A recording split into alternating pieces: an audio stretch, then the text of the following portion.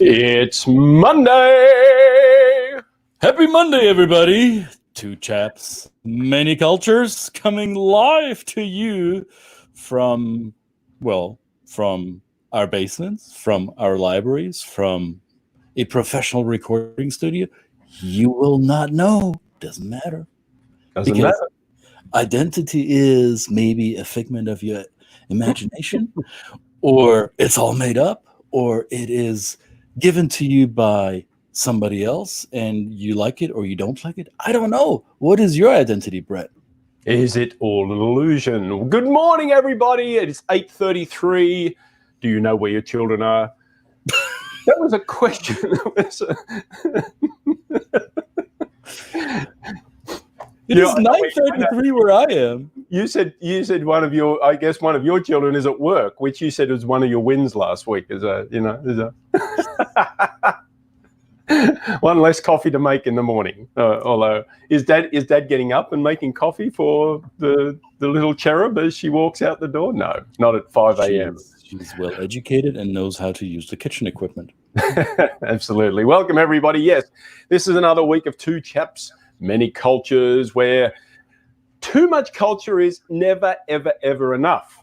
Ever enough. And that's what we enjoy talking about. And this week we have a theme.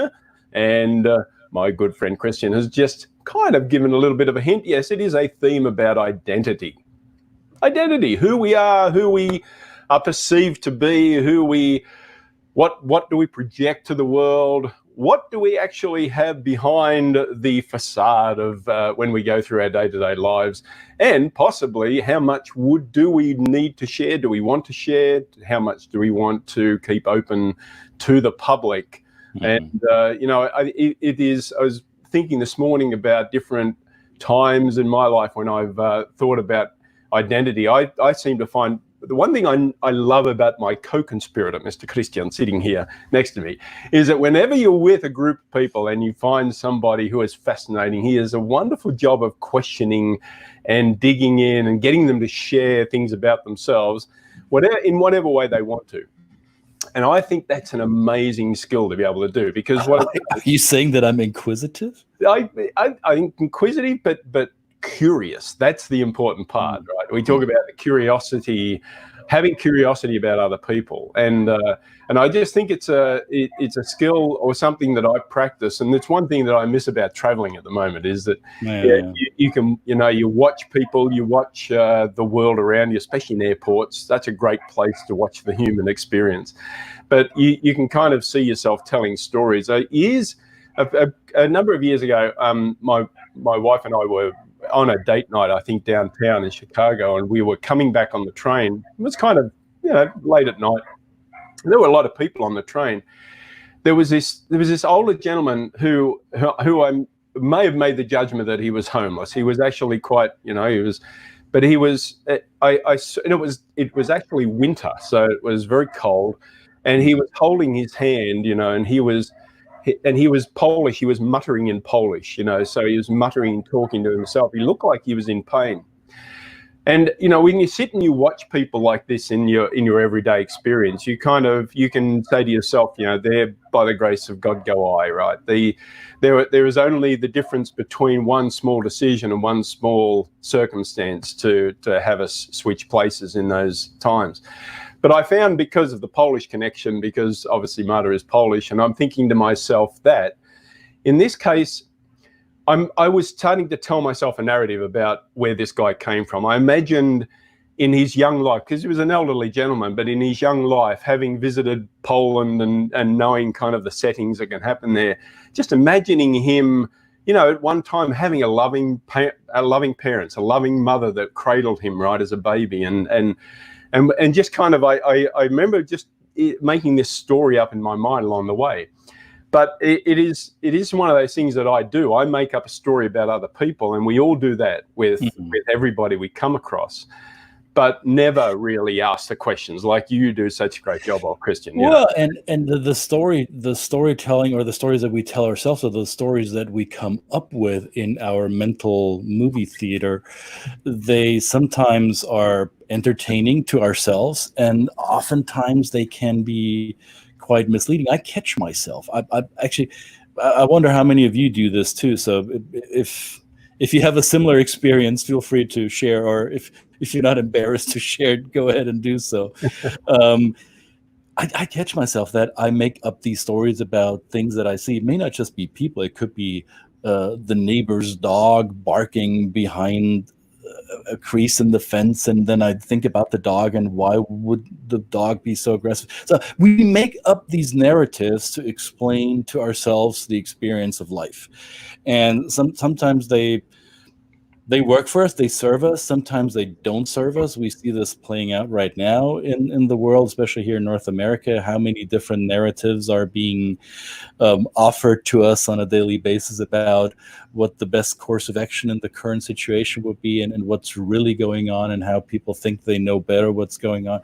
It's all of these are, in essence, narratives that either serve a certain purpose or they are doing a disservice to us. So when it comes to identity, there were different stories that I told myself, right? So as growing up as a kid in small town southern Germany, I had a different narrative than I have now.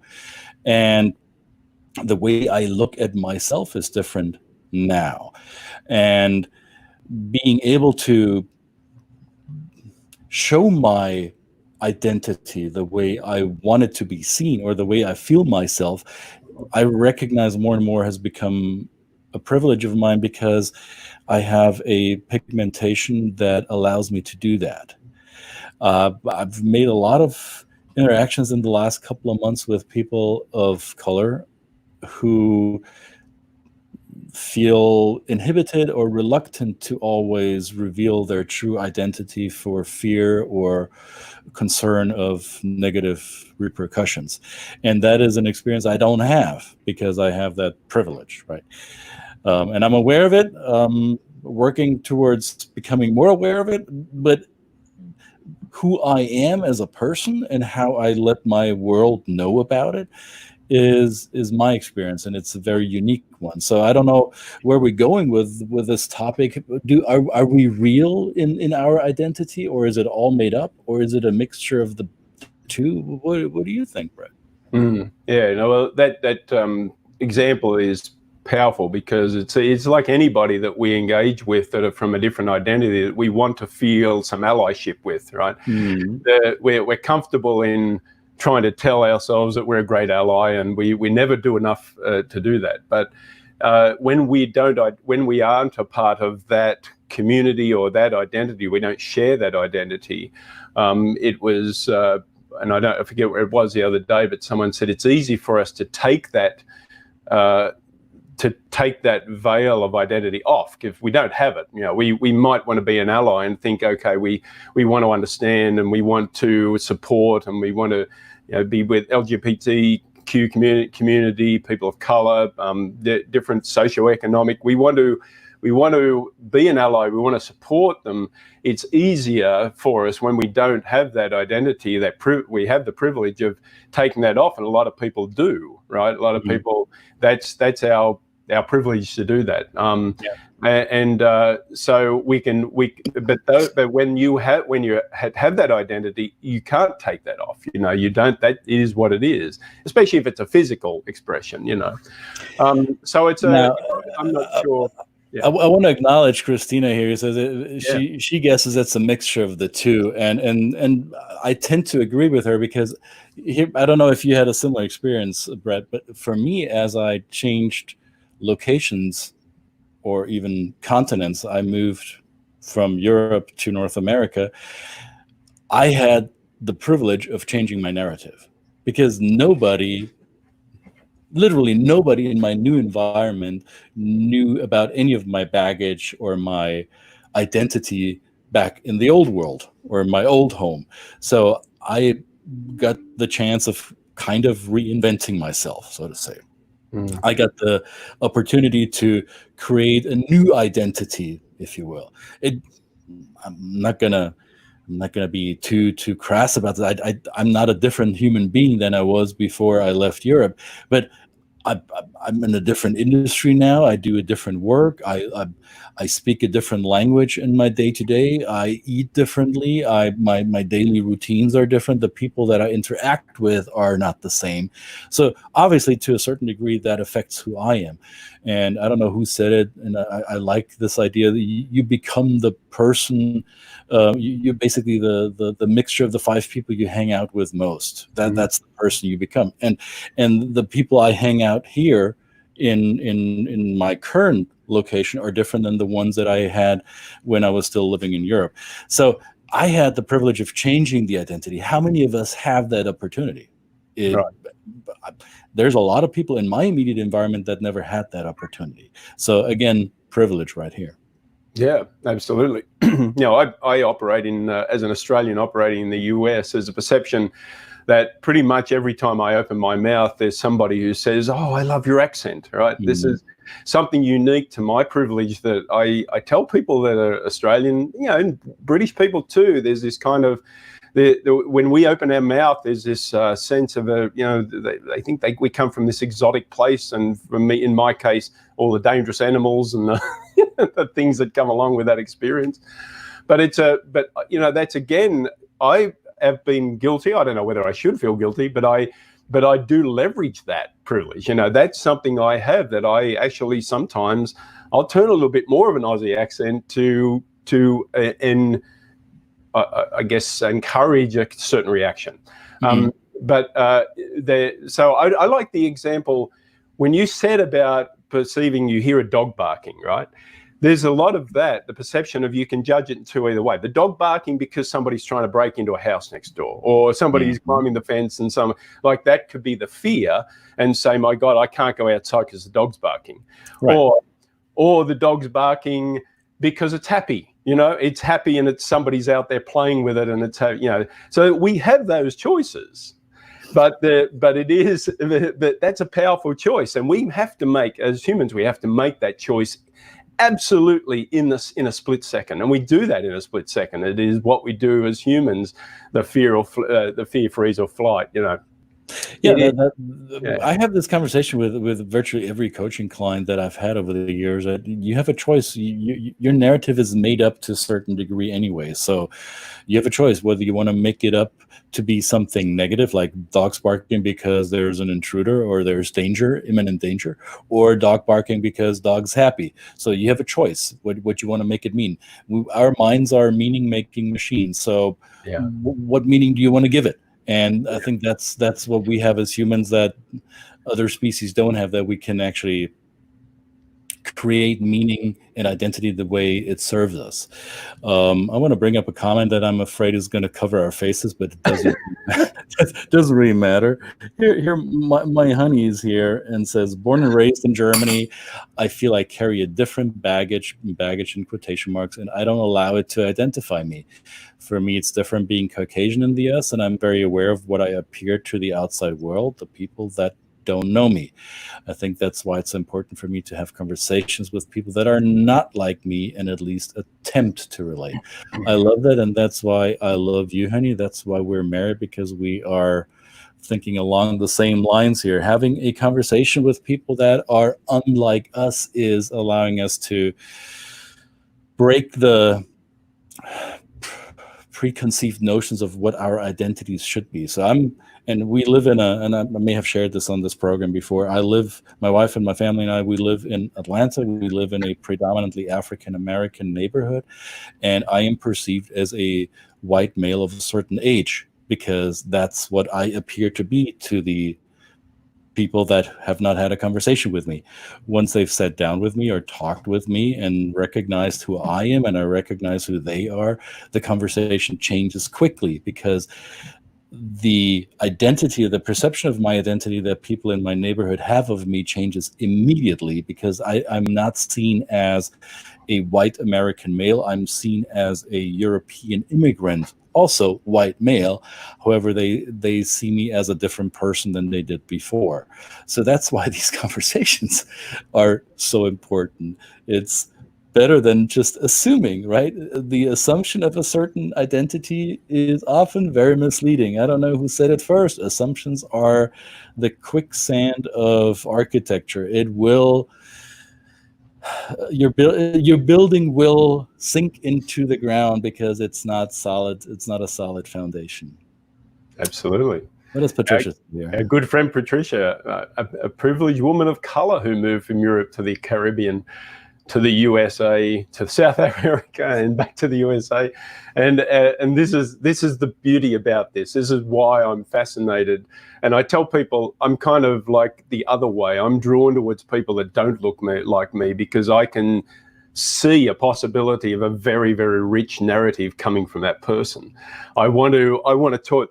Patricia's a classic example. She's a mentor of mine and somebody I've known for a lot of years and has taught me so much. And it is that, but she's exactly the type of person, speaking multiple languages, this wonderful arc of movement and journeying around the world and experience, right? That's the people I want to learn from.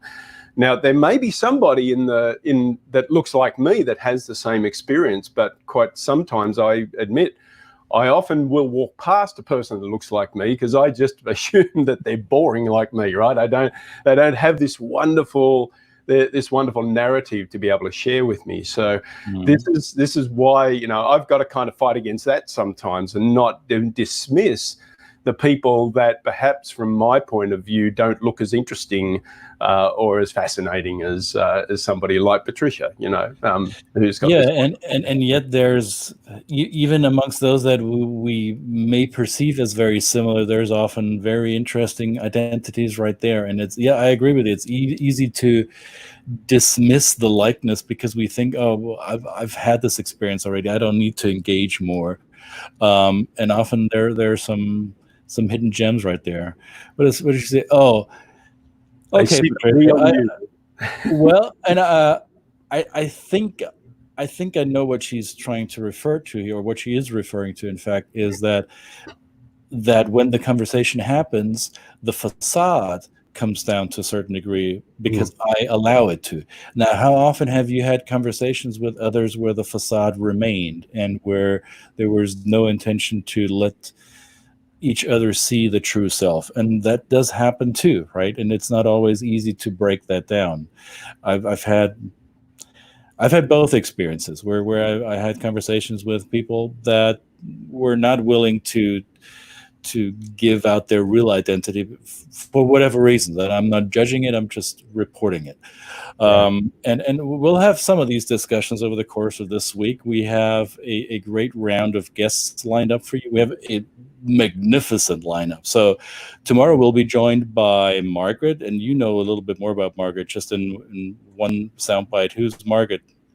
Yeah, so you can tell a little bit by the name, Margaret Ohio Novak, and again, no, I don't want to give too much away. Okay, I don't want to give too much away. I think all of our guests this week were not chosen really. They were kind of like the universe brought them to us, I guess. We have we're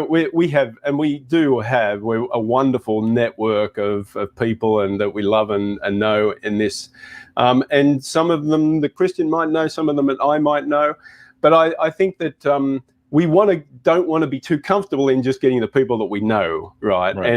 And Margaret, I don't know that well. We've only just kind of met each other recently through some common connections in Europe. And she lives in Europe. But that's kind of where I wanted to, the part of the beauty of this show is to try and come up with people that we don't know and have the discovery come out through the process of when we're talking to it. So it kind of, and so, but I do know certain specific things about Margaret, which are fascinating, and that's why I wanted to talk to her. And just like every guest that we're going to have this week, so very excited. I mean, this is great. We got all these people who want to come and talk to us, which because that's lovely. That's the intention. It's going to get boring if it's just sitting with us guys. And if you haven't noticed, the faces that were just pulled up, none of them are middle-aged white men. So we got to counter this thing here. You're right. Yeah. That's right. We got to get a good balance, right? All right. And what we try, you can see that what we're trying to do here is maybe each week. No, it probably won't happen each week. This is jazz, of course, and it may change. But it is trying to think of something, a theme that we might touch on, a general theme, a general arc of what we might touch on every week. And we'd encourage you to tell us what kind of things you want us to talk about. What is there a theme you would like us to? Would you like to come on and talk about something and relate your stories? So that's important because, again, this, as I said, this is not our table. It is your table. We are just the caretakers, and we want you to come and add your comments and questions and everything, because it doesn't work without you guys. So yeah. All right, great. Well, this is Monday, and I look forward to the rest of the week. Brett, I wish all of you, first of all, my co-conspirator Brett, and all of you watching, a very productive Monday, a very productive rest of the week. We will see you again, same place, same time tomorrow. Let's rock it. Okay. See you guys. Bye.